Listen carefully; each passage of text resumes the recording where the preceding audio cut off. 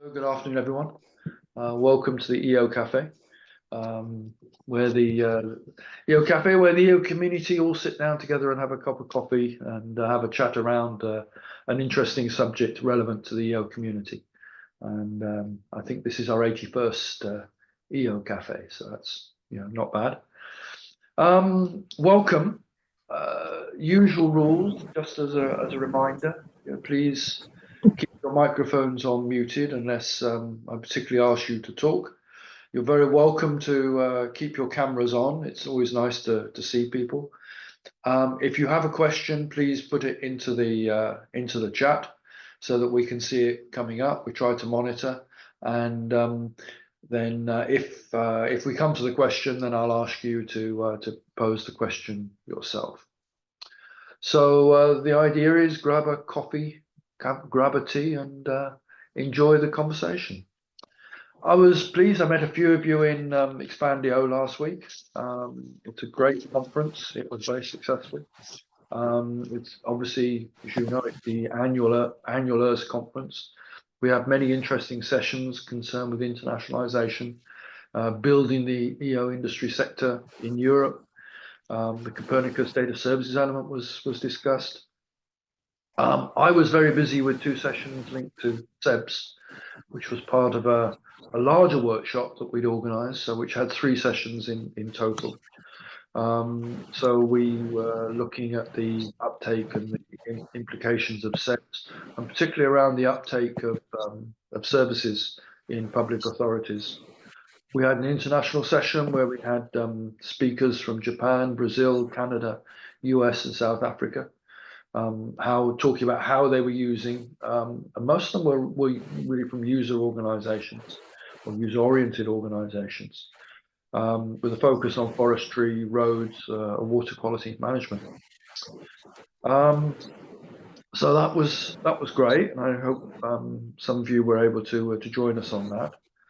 But today we're here to discuss the InCubed program. This is a program run by ESA. It's been running for a few years now, started in 2018. It was introduced as an instrument to drive innovation in the EO sector, and has now funded 130 to 140 topics. From the website, InCubed stands for Investing in Industrial Innovation, and is a public-private partnership program, and it's run by the ESA, run out of the ESA Fab, and we'll talk about all these points as we go through. So it focuses on supporting companies of all sizes to develop innovative and commercially viable products and services, and I think we'll hear about that from our commercial, our industry guests.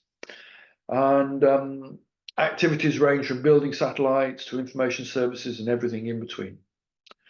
So, with me today, I have Jose Manuel Delgado Blasco, who is the lab in ESA. We have David Kolitzis, who is the head of the agriculture department in Giovel, and Florian Patzval, who is the lead systems engineer in Auratech, sorry. So together we'll explore how the InCubed program can support industrial innovation in the EO sector and how companies can benefit. But before we start onto the technical aspects, let me traditionally ask each of our guests just to say a few words to introduce themselves, very much their own background and where they come from and how they got where they are. Jose Manuel, let's kick off with you. Hello, thank you. Thank you, Jeff, for the introduction. I hope you can hear me properly now. I had some technical issues with the bandwidth a couple of minutes ago. My first background is a telecommunication engineer, and then I got 2 titles in PhD in geoscience and remote sensing and geography. I have a large experience in Earth observation downstream applications development and parallelization optimization, and currently, since last year, I joined the F-lab as a invest officer, specialized in commercial Earth observation systems. So yeah, that's from my side a quick introduction. That's your background. Okay. Thanks, Florian. Hi, I'm Florian Patzwal. Thanks for the invitation to be here. I grew up at the Technical University of Munich, building one of those typical university CubeSats back in the days, then stayed there for doing my PhD in systems engineering with the astronaut Professor Walt. I don't know whether you've ever heard of that one. And now work for Aurora Tech since 2022 as lead systems engineer, and there I'm responsible for providing technical leadership for our payload developments and satellite developments, which in total bring 15, 16 spacecraft into orbit within the next 3 years. Okay, that's very good. And David? Yeah, thank you all. Thank you for the invitation. My name is David Kalitzis. Yeah, my background is actually in astrophysics, high energy astrophysics. But I'm used to doing satellite analysis all my life. At just some point, I just decided to look the other way, down to Earth, not up to the stars. And yeah, since a couple of years, I have a deep love to nature and to agriculture. Never saw that coming, but now I'm heading the agriculture department and making use of my prior background in astrophysics. Well, it's the same as data analysis, a scientific question is, and making use of that and trying to find solutions to provide agriculture, sustainable agriculture to feed the planet. That's our mission, that I try to be a small part of that big endeavor. Thanks. A long time ago, when I was a real engineer, we were working on ERS-1 and designing Europe's first, even almost the first radar system going into space. And I needed engineers to work on that. And I always found that astrophysics was a great background for working on synthetic aperture radar engineering. Combination of the right combination of skills. Okay, so thanks for that. So now let's talk about InCubed. So Jose Manuel, InCubed is run out of the F-lab in ESA. I think the F-lab was set up in around 2017 with a strong input drive from Joseph Ashbacker, and I think it's been a big success. There's been some really large meetings, F-week meetings, which were extremely well attended. So it's been a popular program.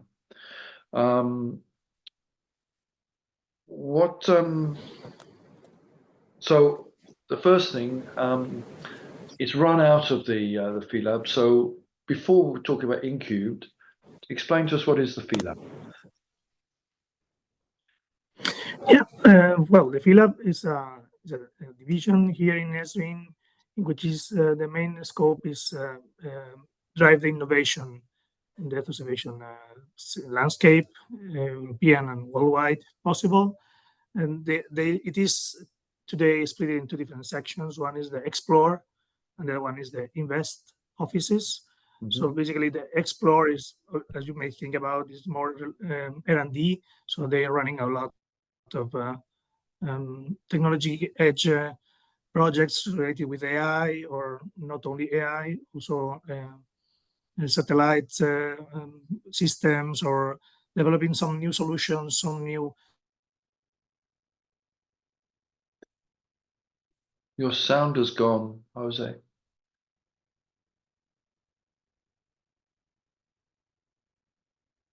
We don't hear you at all.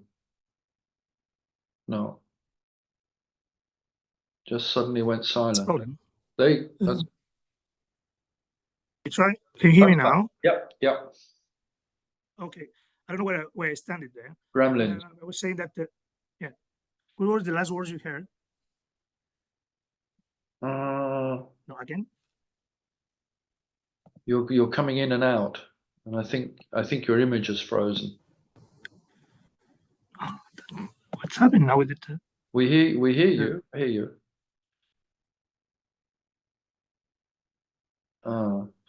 Okay. Hello. Can you at least hear me? Yeah, we hear you. Yeah. Okay, I will try to go like that way. I experienced some issues today. It's quite unfortunate. What were the last words you hear about me reply to your question, Geoff? You hear anything? Can you not hear me? Yes, but not. It's not perfect. Keep going. Yeah, just let me maybe try to find. That's much better. That's better now. Yeah. Okay, let's try. I was trying to say that the F-lab in ESRIN is the division which tries to drive the innovation in technology, pushing the technology boundaries towards the new algorithms, methods, could be AI, traditional AI or deep learning or quantum computing, but also exploring onboard satellite processing capabilities and yeah, everything related to new technological methods and so on. The F-lab is split in two offices. One is the Explore, and the other one is the Invest office, which I'm working on. And the Invest office basically runs the InCubed program, while the Explore office is more towards the new algorithm development, new technological advances, and so on and so forth. Yeah, until so trying to focus more into the InCubed, what we do and what we are itself. So InCubed stands for Investing in Industrial Innovation.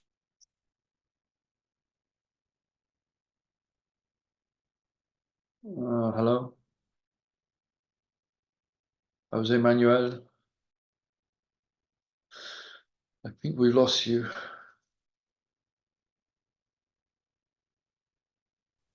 No. Maybe you're back. That's getting. Yeah. I mean, let me try from inside. Actually, I'm trying to another network now. Can you hear me? Yes. Can. Yes. Okay, that's good.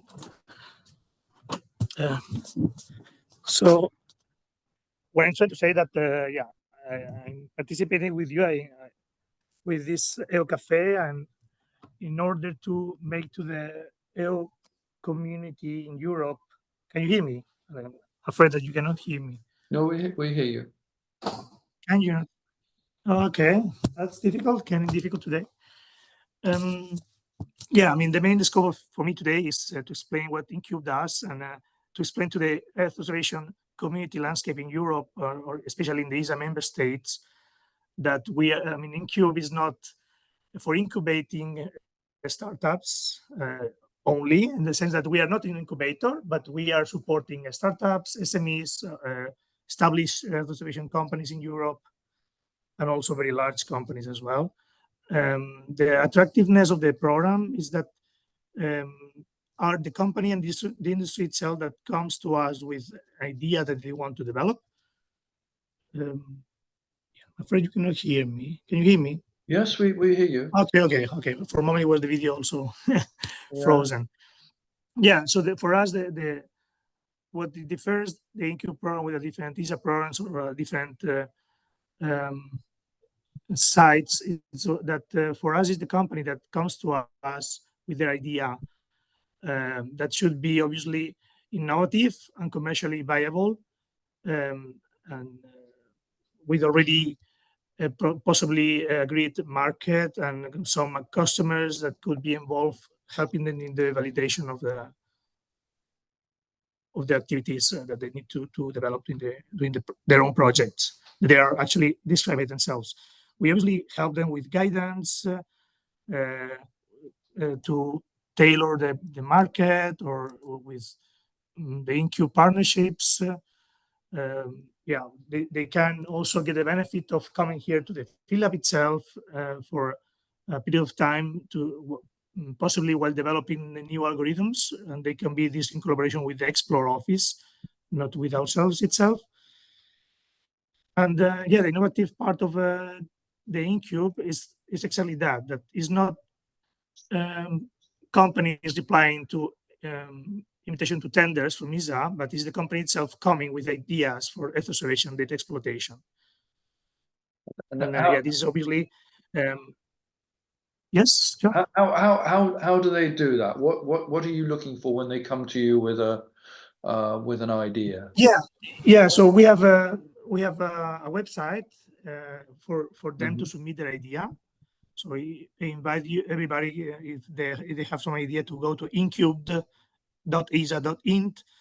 Then it's quite easy. Let's say there are several steps for that. So the first step is submit the idea via a form in which they describe several of the aspects, like the innovative solution, which is the starting point, if this prototype, which is the level of TRL or SRL of the idea. If they have already a prototype or is totally starting from scratch, which is the final TRL level that they want to, I mean, if there's something that will directly reach the market, so it should end in TRL 8 for that. We also want to see which is the market strategy, the business model they want to apply for their products. And obviously we want them to have a look already in the competence landscape, which is the possible customers they may have already discussing with the idea. And with this idea that they submit via website form, they are called for a pitch. So in a couple of weeks after the idea submission, they are called for a pitch in which they have 15 minutes to present a bit more in detail this idea. And in this speech, it will be invited, obviously, people from the InCubed office as well, but also national delegates for many of the cases, and also another ESA specialist to evaluate the idea. They have also like a Q&A session, so for everything that can be not too clear, we expose many of the questions, and for about 40 minutes. And then if there's anything is pending, we send in an email asking some more information when needed. From then, obviously, the selected ideas, they go for a second phase in which there is the outlines proposal. So they submit us like more or less what the first skeleton of the full proposal of the activities they want to do, which more information about the technological choices or trade-offs, where they will have more information about the customers itself, a bit more information on the work packages. At the end, the work should be split in work packages, listing key tasks, key activities, milestones, deliveries. So all these things should be in the first part already listed. And if this looks okay, we give them our feedback after they submit this first skeleton of the proposal. We give them feedback in a couple of weeks. Then they have a month to provide us a full proposal, which needs to be obviously much more detailed with more specifics. So yeah, as I said, I invite people to look into the website to have more information. So the main scope also in InCubed is to reduce the time to contract. So while from the idea to the contract sign, so start the proposal running, we try to reduce as much as possible of the timeline of these different processes in the between. I hope that's an overall objective for ESA, not just for InCubed. Yeah. I mean, it is an objective. Yeah. So it's something we've had discussions with your directors about, some metrics around times to contract. But I mean, what's interesting there is the fairly light. It's a progressive approach, so there's not a heavy process until there's some recognition that this is an idea that can be supported. So it's progressive in its demands. Yeah, exactly. I mean, they don't have to come with the full work done. I mean, it is, as you said, a progressively approach to check whether things are okay, because they can come with an idea that is too wide, too vague, so we can. Your voice, your sound's gone again. I'm afraid you have to turn off the video.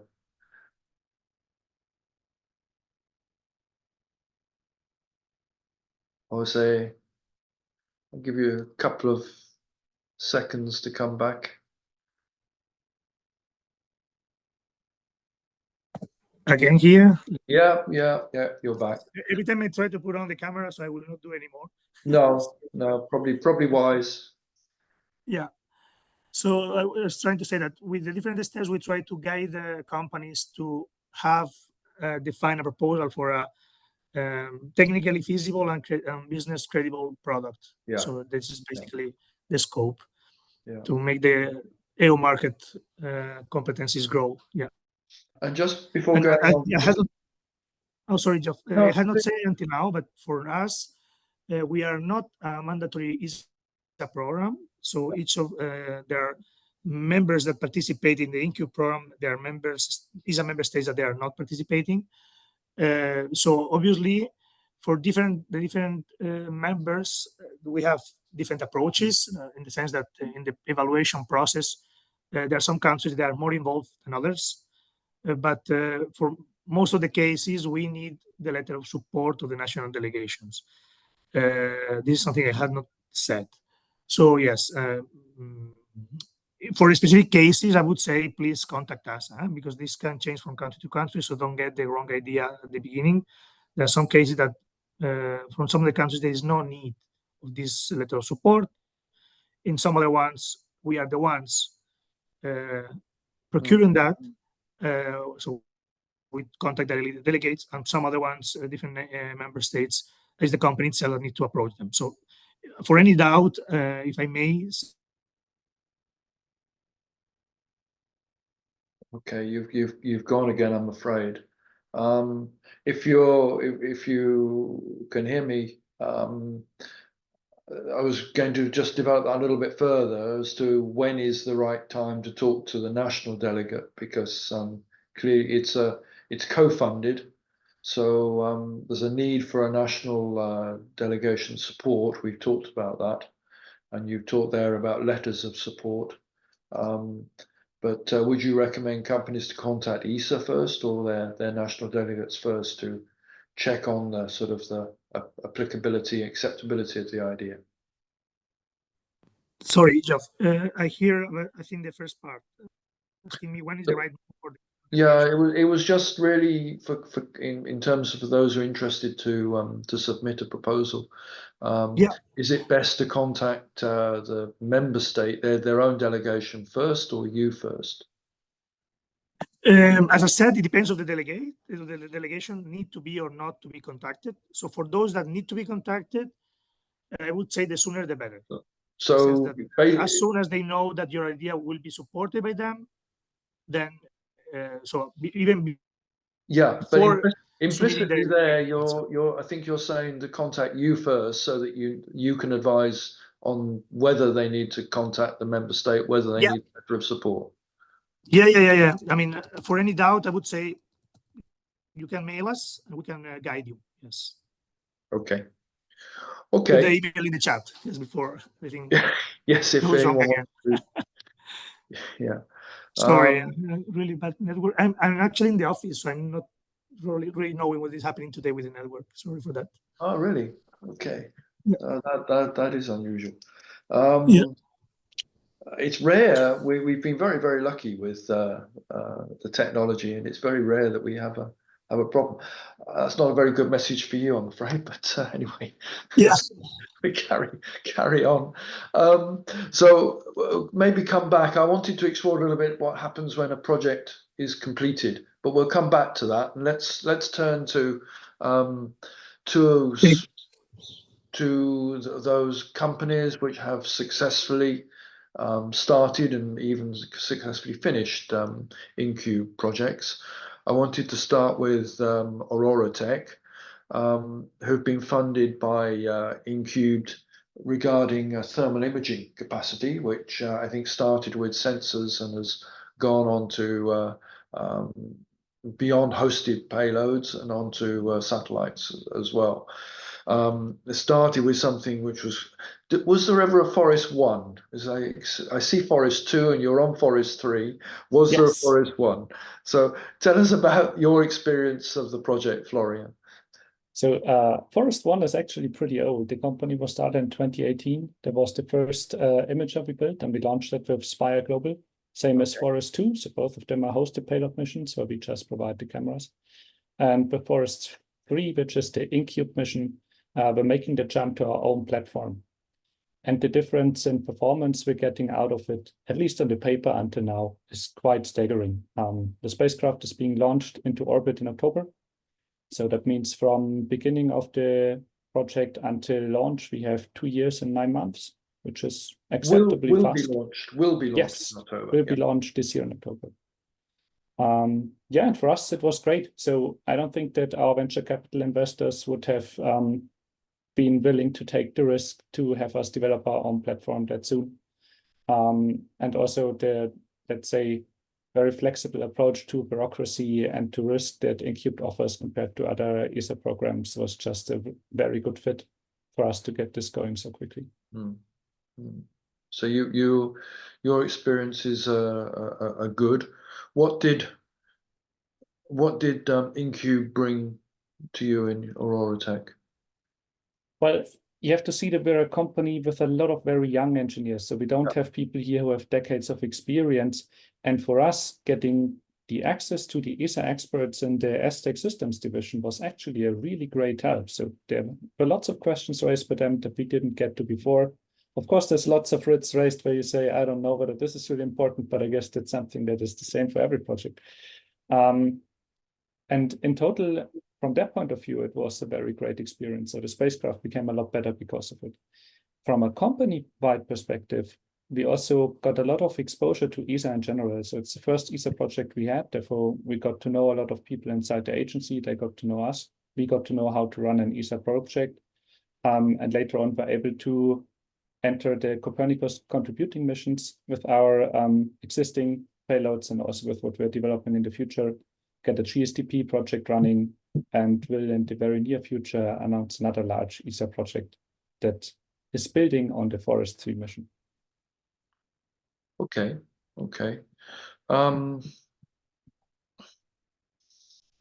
So let's turn to Giovanni, my other guest, David. We talked earlier. I picked up that you have a project EOWidget, which is currently running, but you told me you also had an earlier project which is finished. So you've had sort of two experiences of using InCubed in slightly different situations. Tell us about your experiences. Yeah, I mean, actually, we have 2 finished projects, and both turn out quite well. I think we were the first.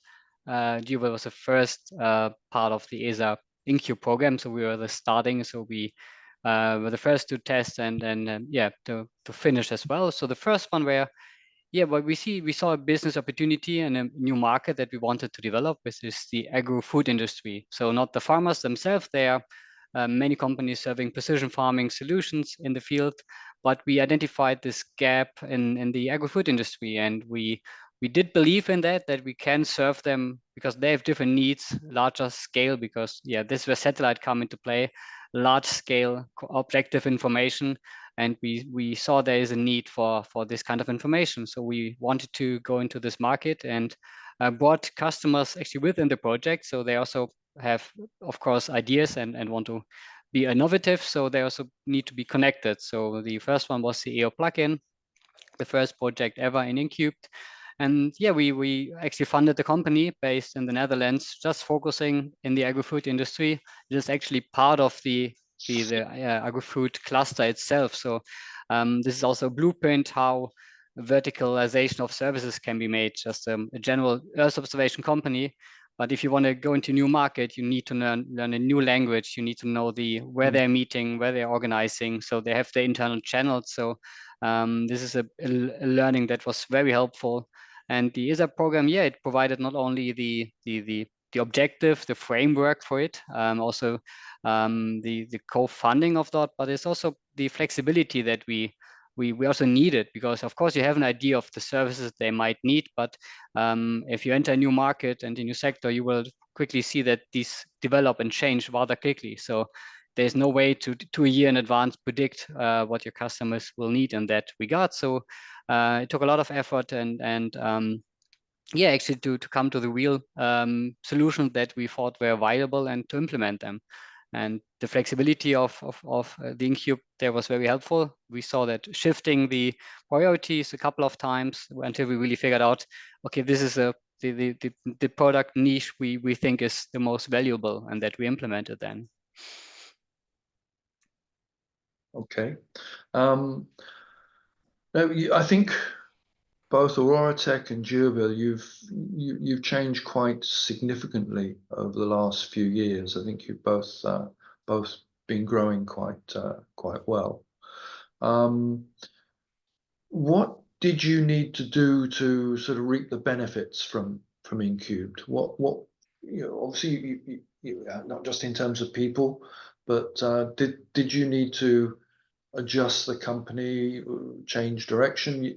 Florian, you talked about gaining investor confidence, that the InCubed program gave you the backing to reassure investors to put money into the company. Tell us a bit about your experiences of sort of taking the InCubed project and then benefiting from it. It's a very interesting question. I'd say right now with the new project that is coming along, which also takes quite some investment from our investors, where we will build copies from Forest 3 for the European Space Agency in part, and part of that is being done by ourselves. We wouldn't have gotten their okay to go there if we hadn't already passed qualification acceptance review on that with a complete ESA product assurance and experts team sitting in InCubed and saying, okay, this spacecraft from their point of view will work, and they're confident in it. From a company-wide perspective, I think also the additional focus of InCubed to go into how exactly do you bring your product to market was very helpful for us. So before that, we already had a lot of firefighting agencies as customers. So we're building a wildfire detection service. But InCubed actually poked us a lot more in the direction of making a good business plan and showing how exactly we're going to engage new customers and making assessments of how large the markets are. And also they're getting the feedback from them on how realistic our assessments are for a market that currently doesn't exist. So before we started this, nobody was selling EO data to firefighters on a really global scale. Was quite interesting and was also pretty helpful in convincing new investors to join, because they say, okay, this is actually a good business plan that we have. And the feedback we got there was really helpful. So it's quite a broad support and that you're getting. What about in terms of skills in the company? How did that change? Well, I'd say, being the lead systems engineer, the systems engineering team learned a lot. So the next project we ran with ESA is a GSDP project, for which I'm the technical lead. And we wouldn't have been able to make that without having the InCubed project beforehand. That is so much more relaxed on how they treat requirements and documentation. But at the same hand, the reviewers already tell you, okay, for the next project, the following things that you're doing will not work anymore. And this stepwise introduction helped a lot. I think we would have drowned otherwise in documentation on the GSDP project.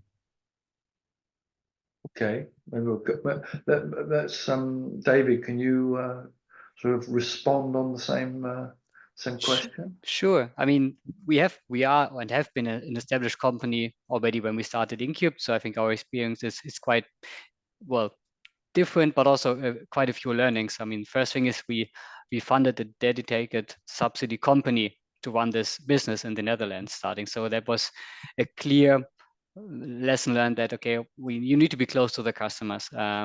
You actually the first general director of this company was from the potato business. He was not an EO guy. That was new, because if we cannot convince him to buy a service, why should anyone else buy it? So that was a very big learning to settle this company and talk the market language for sure. There we learned a lot and understand. And if we couldn't convince him, then how could we convince anyone else to buy in? So there was a clear learning that we have, and the market just works different than the usual tender market that EO is very often driven by, in terms of timing, in terms of response time, in terms of expectation, in terms of communication. So there are in all levels details you need to adapt, I think, which we have done successfully.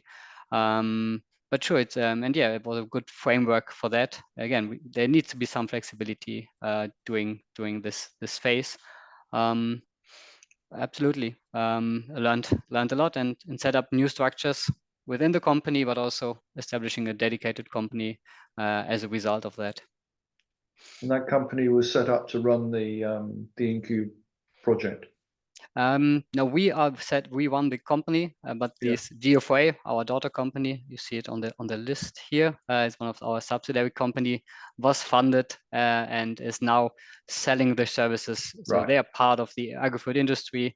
They talk to the customers, and they're kind of the translating body in between to whatever they need to put it into an Earth observation product that we can serve and make this match, because this is the big thing. Because we have many ideas and we think what might be useful, might be helpful, but the check and this is a very, very intense discussion with the customers and with the people actually want to use it. So that takes a lot of energy and effort, and that's why we for a dedicated company close to it's on the same city as some of the big companies there. It's just a pure benefit to go at the go-to-market strategy for sure. So I want to turn back to Jose Manuel and ask about follow-up, but just in addition to that, Emmanuel Mondon has just asked a question of clarification around the source or the location of F-lab, and I guess InCubed as well as being part of EOPS. So maybe Emmanuel, you can comment on that. But I wanted to ask you was about the after projects are finished, what are the requirements after the project's finished? Is there a sort of a continual monitoring of the outcome of the project? Do you have success factors that you're still looking for after completion? So there's a very brief yes, no in the beginning, and then a longer question about we asked them to fill a questionnaire, a socioeconomic questionnaire after the project conclusion for the following 4 years after the project. So to track what was the impact of InCubed on their running activities, let's say. So for some of them, obviously, it's difficult to reach and to get an answer. So we are trying to monitor them and to reach them to provide us this answer when possible, because also for us it's a measure of success or how to measure the impact, or if we need to change something as well in the way we work. So yeah, basically this is the only thing we do after the project itself closes with the company. So trying to answer the questions. Let me see, because I see some, but I don't see the one you mentioned. No, that's me asking the question. I haven't. Okay. The very first Sorry, one, it was right at the very beginning from Emmanuel Mondon about being part of EOPS. Yeah. So we are part of the EOPS. Indeed, ESA has several, let's say, commercialization programs. Some of them are in ESTEC.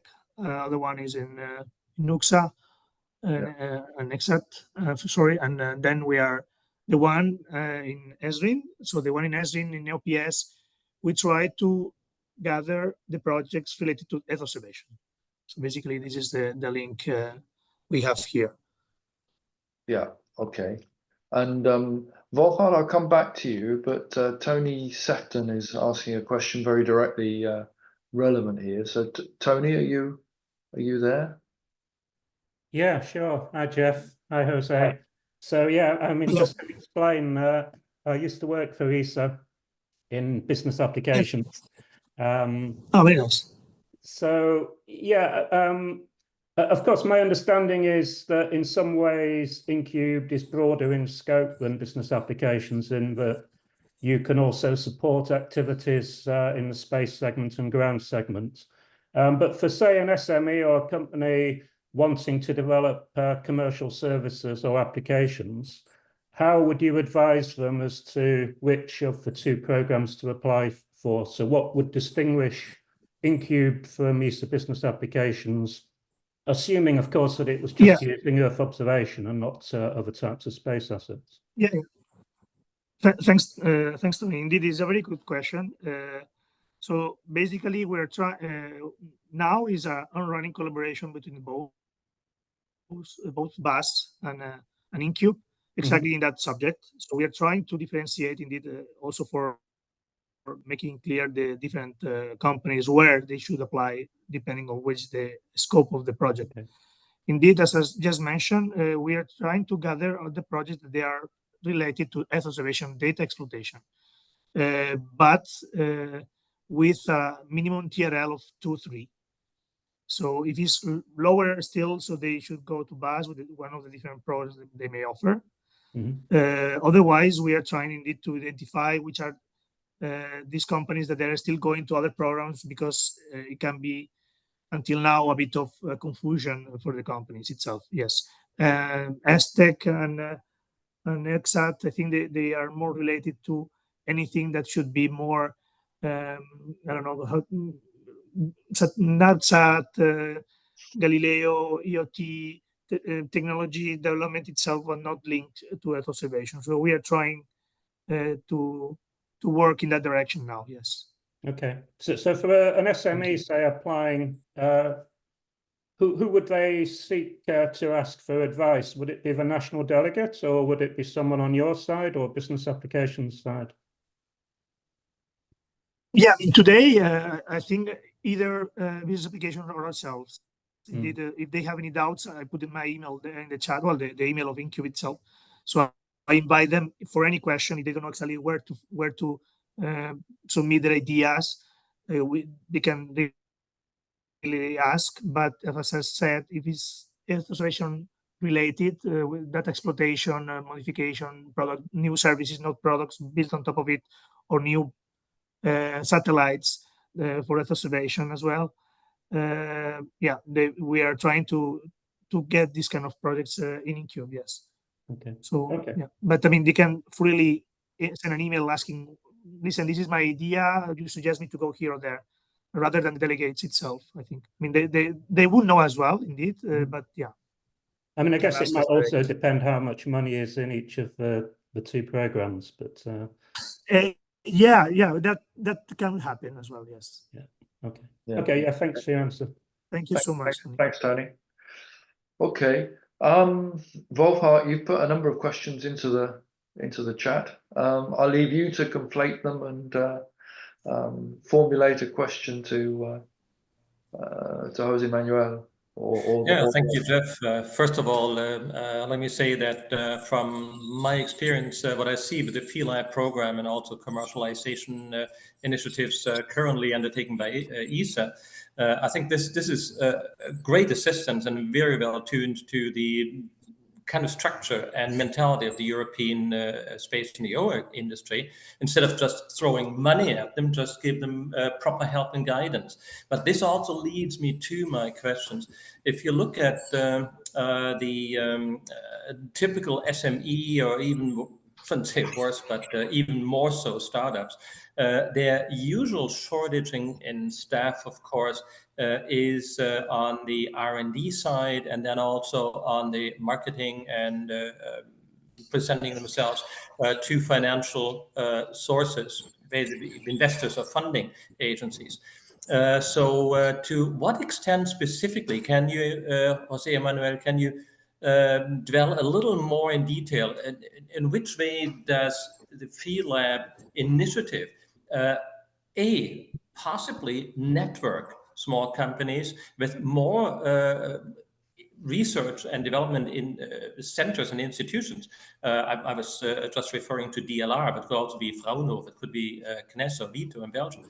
To which extent is there kind of a networking activity to bolster the startup or SME with additional R&D capacity, with facilities? And then the second question is, how do you work, for instance, with the commercialization directorate at ESA to also guide companies into new markets, developing new marketing strategies, and also to acquire funds? So sorry about the very lengthy question here, but maybe. Yeah, I mean, they're really interesting ones. Let me try to answer them as much as I can. So indeed, the F-lab has also what is called a visiting researcher program, for which they are not only professors or researchers from universities itself, but in some cases also from companies. And they can contact them and agree that common theme, common period, and so on. I mean, the next couple of months we have some researchers for companies as well. So as I said, I mean, I joined the InCubed last year, so I can see what I see. And probably we can go through the different ones where I can point people for the current responsibles of each of these activities if they're interested. So yes, F-lab also hosts visiting researchers, but they are not necessarily all from research institutions. The F-lab itself has a large network of with different centers of observation, not only European, also worldwide, for which they also exchange. So there are time for somebody from the US, from Australia, from other countries visiting here, coming here for a couple of weeks, 1 month. So this network exists, and they're really in collaboration with different projects, with the NASA, with yeah, I mean, there are many other institutions that they participate together and go ahead with different projects. With SMEs, as I said, I think it can be also the case, and we have also researchers from companies visiting. So I just invite them to contact them too, if they are interested. Regarding funds, guidance, for example, the InCubed program itself allows the company to identify a new market. If the idea is, as I said, technically feasible and they have a credible business case, we can help them to guide into the new market. And the InCubed program itself for SMEs and startups, they have a co-funding scheme in which ESA co-funds at up to 80%. So regarding the lack of funding and so on you were mentioning before, I think that can help them as well. For large companies, this number are a bit reduced depending on the kind of risk the activity may have. So we have two phases in the prototyping for early stages of our service of a product. The co-funding, even for large companies, can be higher. But if the TRL of a product is already set, so it is something they already have a quite good prototype, the co-funding scheme from the InCubed towards large companies is up to 50%. Then you were, is still a question there? Let me see. Yes, Jeff, Jose Manuel, if you allow me to briefly rephrase my question or make it more specific. You've also got a connection problem. You've also got a connection problem. I'm afraid it's getting at Jose Manuel, just in slow network here, I guess. Can you get me again? Can you hear me again? We hear you now. I have a Zoom issue here as well. Okay, let me rephrase. Let's imagine a case where a small company or a startup needs specific assistance and specific technological or engineering capacity to, let's say, build a new sensor, build new design and implement new data processing sequences, which are beyond the capacity of the small company and would even be beyond the capacity of F-lab. Would you then split the different work packages and assign them to individual research and development centers? I know that Aurora Tech already works with DLR. I mean, that's easy. But would you do this out of F-lab and redesign this kind of work packages and then distribute them so the company gets to product faster, new technology faster, and is faster out on the market? I think this could be very decisive at some point. Let me say some words. I will try to answer, yes. The ideas may not be submitted by a single company. I mean, they may have also in the consortia research institutions. In that case, the research institutions are co-funding 100%. So ESA pays 100%, but they need to, for this 100%, they need to send to declare that they don't want to have any benefit out of the final service or product. If it's otherwise, this needs to be seen. But yeah, I mean, a single idea is not said that it's come from a single company. It can be a consortium of companies with research institutions involved as well. Yes. So if they need research institutions, specific researchers that they already know them, they can also co-involve them as a consortium and present the idea for which each member of the consortium need to have responsibility in different work packages. Yes. I hope I answer. Perhaps to give you some perspective of how this works out in real life. First of all, when you don't have an idea of how to implement a certain package, then you subcontract it. So we just, and I actually wouldn't like to have a subcontractor forced to me by the European Space Agency. I want to select that myself. On the other hand, whenever along the road we identify problems where we say, oh my God, I don't know, never thought about this before. So far, our experience is that we just call up Nouri Aib Mohammed, who is the technical officer for InCubed, or Camille Pirat, who is his office colleague for the GSDP project, and say, hey, do you have an expert for this or that? And the chance that we are forwarded to someone, for example, for propulsion because of the new space debris regulations that came up within 2 weeks, and get real experts on the line who help us select our subsystems and help us check whether the numbers we calculate are 100%. So they've never yet failed us in this regard.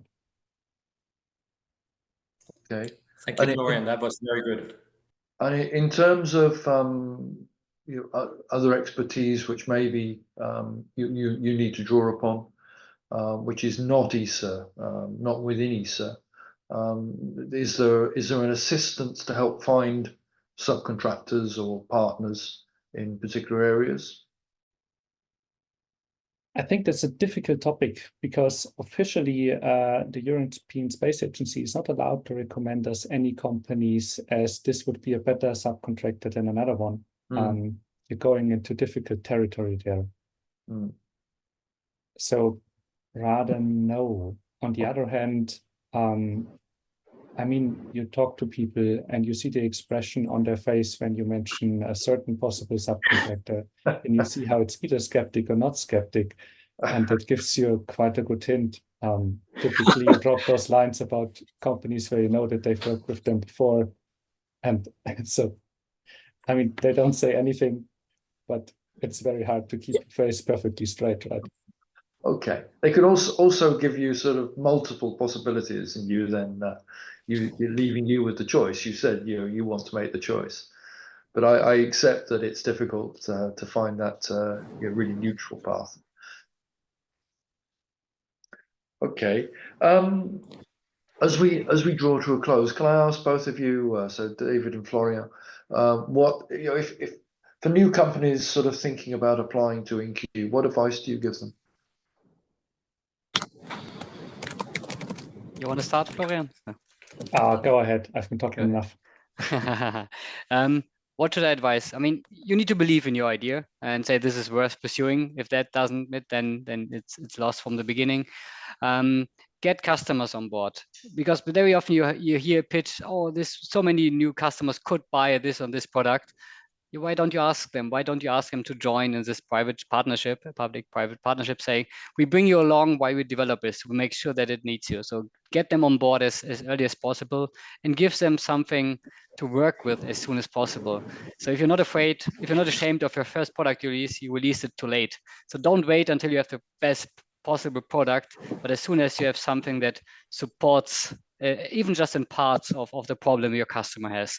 So, and make them part of the development. That's the biggest takeaway, because very often you see it at the end of a development, the product is released, and then it's the first time the customer sees it and checks in detail, and like, oh, actually what we actually need is this and that. So yeah, believe in your idea, get to customers as early as possible with the idea, hey, you could be an early adopter, we can bring you along, you can get a better license for the first year. There's a lot of contractual things you can do to give them some added value, and yeah, make it a priority to give them something as early as possible.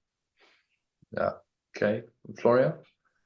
A good idea with a bad presentation is doomed immediately, while a bad idea with a good presentation is doomed eventually. So go and talk to your delegates, go and talk to the ESA InCubed project, and when you show up there, make sure that in the first 5 minutes they get what exactly you want.